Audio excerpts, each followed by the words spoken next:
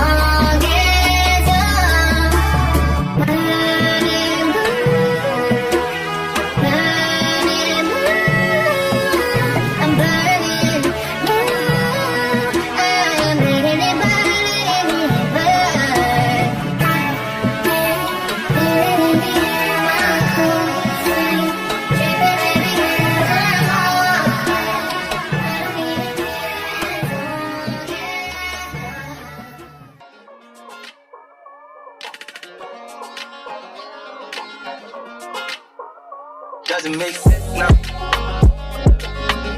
Shit just got real, things are getting intense now. I hear you talking about we a lot, boy, you speak French now. Giving me the sign, so I gotta take a hit now. I hit you up like, do you wanna hang right now?